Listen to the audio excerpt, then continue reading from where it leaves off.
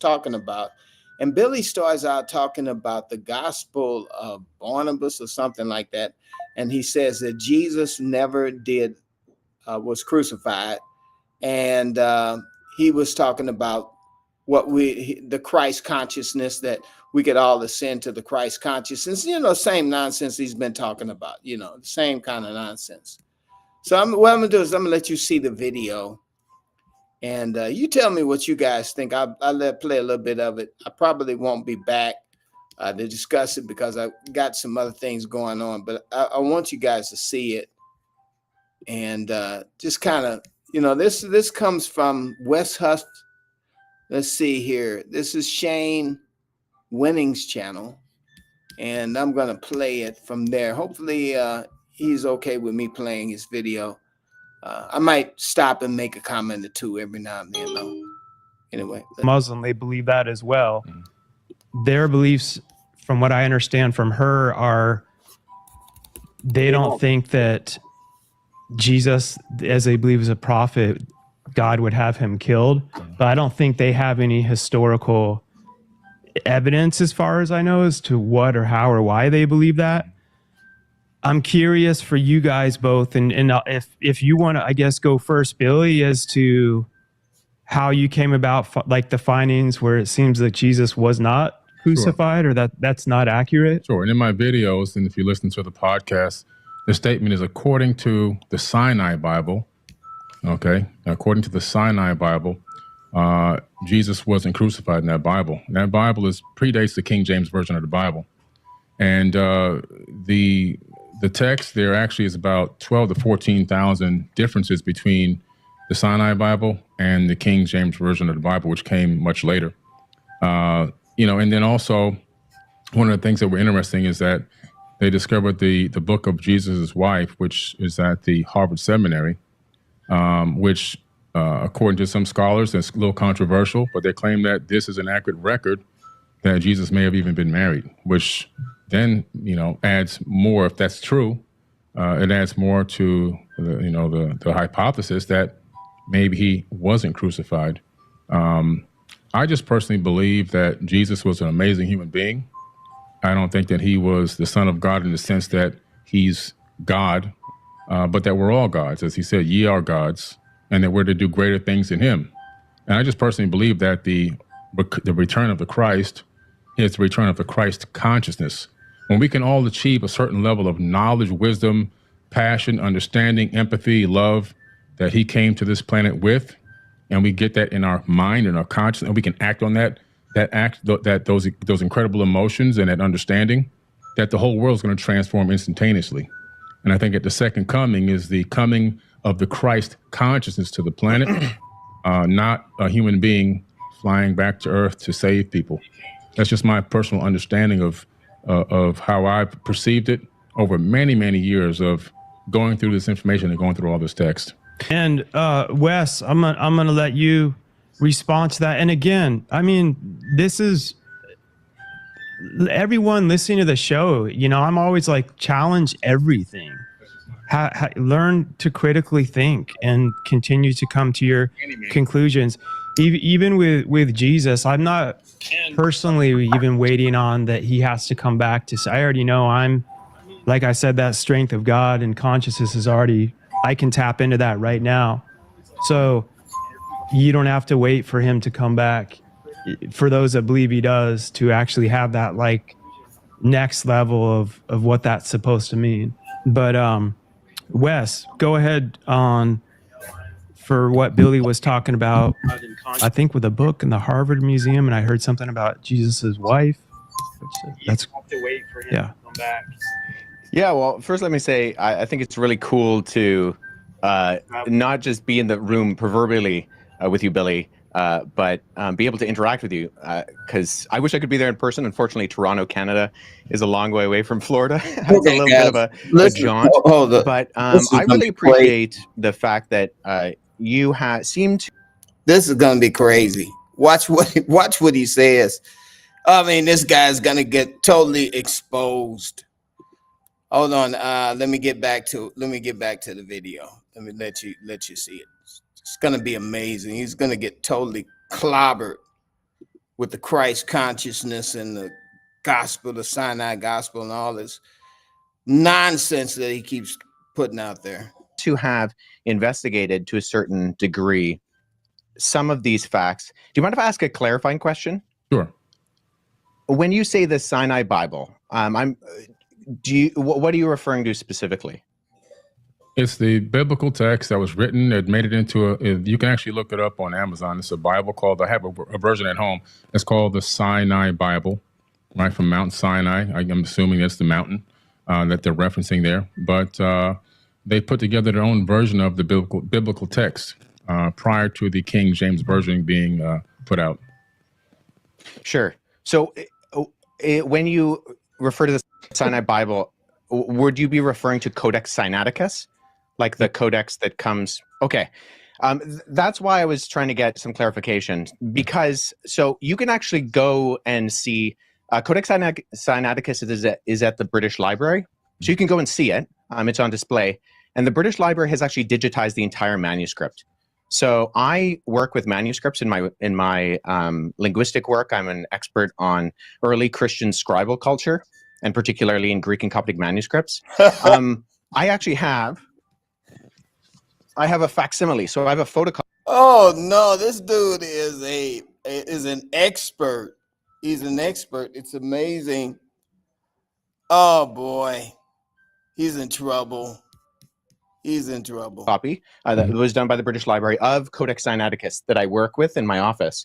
So I have it here, and the only reason I asked for clarification is because I want to make sure that what I'm addressing is actually what you mean. Gotcha. And not addressing something else. Because the Codex Sinaiticus in particular is just it's a 4th century Greek manuscript. Mm-hmm. It comes from approximately between 325 and 350 AD. And its text of the Gospels reads almost identical to the modern Greek text that we develop translations from. So my curiosity is just simply in kind of exploring, when you say that it denies the crucifixion or that the crucifixion isn't there, I mean, I can go on right now, Codex Sinaiticus, and I can look up the end of, say, Matthew 27, where it has Jesus being crucified. And that's in Codex Sinaiticus, or, the John 19, or any of the other ones. So I think my confusion is that it doesn't read any differently. So actually, are you able to pull up a website with the viewers or listeners or whatever be able to see that right now to make sure I have the version that I'm looking at? While he's pulling that up too, like I keep saying to all the people that aren't scientists traveling the world and linguists, I don't even know how to pronounce it the right way, like me. Linguists? What cyanide? I keep thinking of cyanide, like the Sinai Bible. So is that like a version? So from my own knowledge that I know, when I really studied all this, what I thought was interesting about the Bible was how many different eyewitness. I studied C.S. Lewis back in the day, how many different eyewitnesses and stuff there were. And they went on purpose to mention so many other names that they were able to cross-reference throughout history and throughout those times, from my understanding. And those were different things that I always thought were kind of interesting, that I felt was a good concept of proof. And then I want Billy to answer. And also, I'm just curious, the Sinai Bible, where was that piece I found discovered? the text where I was referencing. Actually, I was misquoted. I misquoted there. It's the Gospel of Barnabas. Okay, yeah. Well, so that's good. So let's deal with that too, because I've actually worked with. There are 2 manuscripts of the Gospel of Barnabas. The Gospel of Barnabas is a really interesting document because it is a known forgery, and so that's why I think it's important to get to these sources. So, at the very start of the Gospel of Barnabas, which we only have 2 copies of. One is in Italian and one is in Spanish. We see right off the bat that the Gospel of Barnabas, not to be confused with either the Epistle of Barnabas or the Acts of Barnabas, which are 2 apocryphal documents from the 2nd century, but the Gospel of Barnabas in particular, we know it's a forgery because it does things like in chapter 92, it says that Jesus spent 40 days on Mount Sinai, and then he came to the Jordan River and he walked to Jerusalem. But Mount Sinai is more than a week's journey away from Jerusalem, and neither Mount Sinai nor Jerusalem are close to the Jordan River. So never mind there Mr. not being a Peabody. route from the Jordan River to like. This guy is amazing. He's a Mr. Peabody. He knows everything. He already has studied. This guy is a professor. Around Mount Sinai or going to Jerusalem.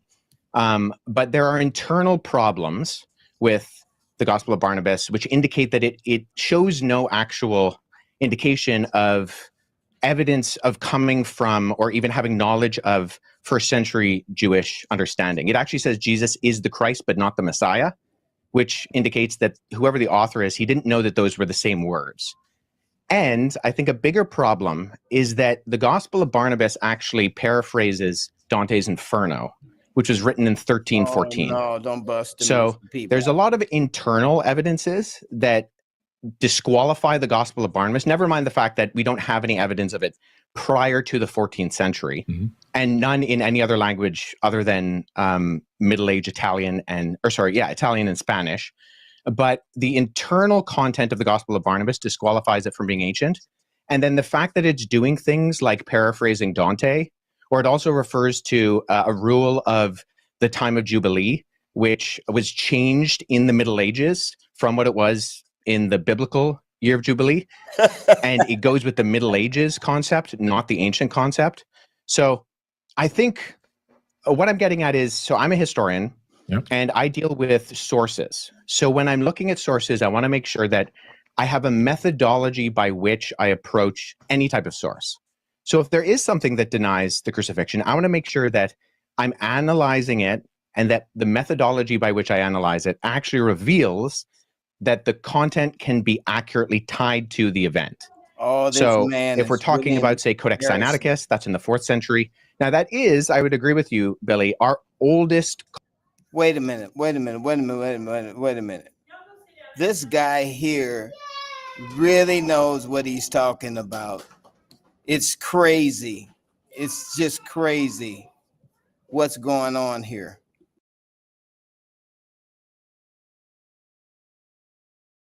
Copy of the Bible in the sense of cover to cover, Genesis to Revelation copy of the Bible. Right. The problem is that we have individual copies of all 4 Gospels going back hundreds of years before Codex Sinaiticus. So I have a facsimile behind me of. I mean, it's crazy to think about it. Like, it used to cost millions to advertise on TV, and now because of streaming, even with $50, I mean, you can advertise on TV. You can advertise. Of P66, this is a late 2nd century copy of the Gospel of John. I work with this particular manuscript. I can just show the screen right here. This is an almost complete copy of the Gospel of John. And it is that the has the papyri crucifixion by any chance? Yeah, so papyrus is just the what it's made out of. So material it's on. I got that from Chat GPT, by the way. Sorry, guys. I'm just trying to sound smart for a second. I have that papyrus at home. Oh, that's so I'll show you this. So the documents you actually see on my bookshelf behind me are facsimile papyri that I've made. So when I was in Egypt last summer, I went and I got made for me some papyrus sheets. And so I take these papyrus sheets, which are made from the papyrus plant. And then when I go and I look at actual manuscripts, so I was at the University of Philadelphia last summer, and I went and I saw a document called P1, which is a 3rd century fragment of the beginning of the Gospel of Matthew. And so what I did is I sat down with that original and I produced a facsimile. So I copied the text. First of all, who does that type of stuff? Who does that? This guy is a scholar. Unbelievable. And then Billy Carson steps right into it. Oh, unbelievable. I'm so happy that we got this. Oh man, somebody said, I'm glad that this man is on our team. Yeah, right. This guy is in a team league by himself. He He is hitting all points. Unbelievable. Who does this? This kind of research? Who's got time for this? This another guy said, well, I got my information from Chat GPT. And Billy Carson said, yeah, I picked up a book on Amazon and I found out that Jesus wasn't real. Oh my gosh. How could you do this to yourself, Billy? And Billy Carson's wife is on the internet fired up because, you know, millions of dollars. They make millions of dollars spreading trash about space exploration and all kinds of aliens and goobity got. Has Billy, did he even get to start talking about, is he talking about the Christ consciousness, right? Oh man, it's crazy. Unbelievable. Unbelievable. Paul, I cut it out with an X-Acto knife in not the original 3rd century one on my papyrus. I cut out with an X-Acto knife this guy, and then I copied the text transcriptionally on the front and the back. So papyrus is just simply, it's what it's made out of. Yeah. And so there's categorizing systems, and the standard one is called the Gregory Alland categorizing system. And so sometimes you'll see when manuscripts are mentioned, they'll have a GA and then a number behind it. If it's made of papyrus, you simply abbreviate the word papyrus to P, and then you have the numbering system. Mm-hmm. So P66, what I showed you earlier, that's this on the categorizing system. It's the 66th manuscript that was put into the system. It's from the Gospel of John. I also have, P46 and P47 on my shelf, which includes all 4 Gospels and Acts from the 2nd and 3rd centuries. So the only hesitation I have with what you said, Billy, is that we have single copies of the Gospels that can be dated to the 2nd century that all do have the crucifixion. And so if we're relying on something like the Gospel of Barnabas, which is not just like, it's not that there's debate about it, it's that it's a known forgery. I mean, no one's referring to the Gospel of Barnabas as anything other than... If you say it's a known forgery and you're expert, I'm going to go with that. Let's talk about the Old Testament a little bit and leading up into the New Testament. Well, hold on, because do you mind if I address the Gospel of Jesus' wife? Sure, go ahead. What was her name again? I'm like trying to write notes like I know what I'm doing, but I'm just curious. So the Gospel of Jesus' wife doesn't actually mention. So oftentimes what happens is that the text of the Gospel of Jesus' wife is kind of paralleled with the Gospel of Philip, which mentions that that Jesus would kiss Mary Magdalene on the mouth. And so those are kind of used in parallel to kind of for this argument that Jesus was married. So the Gospel of Jesus' wife is in the Harvard Library. However, the reason we know it's also not legitimate is because even though the manuscript, the papyrus that it's on, was carbon dated to the 4th century, the text was actually copied from a PDF version of the Gospel of Thomas known as Grandin's Interlinear, and there was a mistake in the Coptic text of Grandin's Interlinear that was copied into the Gospel of Jesus' wife. So we know that this is not a legitimate document, even though the papyrus is ancient, and this happens a lot with forgeries. I have a couple of friends who have actually worked on projects that have revealed forgeries within Dead Sea Scroll manuscripts and within other ancient Christian papyri.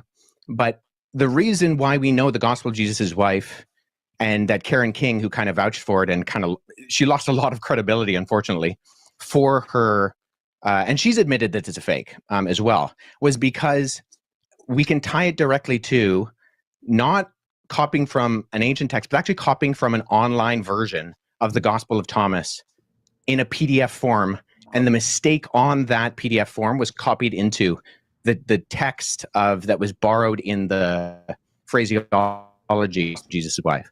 So I just point that out is, once again, with our sourcing, I think we need to make sure that we're going towards not just early sources, but actually credible sources. And unfortunately, neither the Gospel of Barnabas nor the Gospel of Jesus' wife are credible sources in terms of actually, and agreed upon by not just the vast majority of scholarship, but I don't know anybody in the field of papyrology, paleography, historiography, who actually refers to these documents as being legitimate. Wow. Wow. Wow. Embarrassing. Just embarrassing.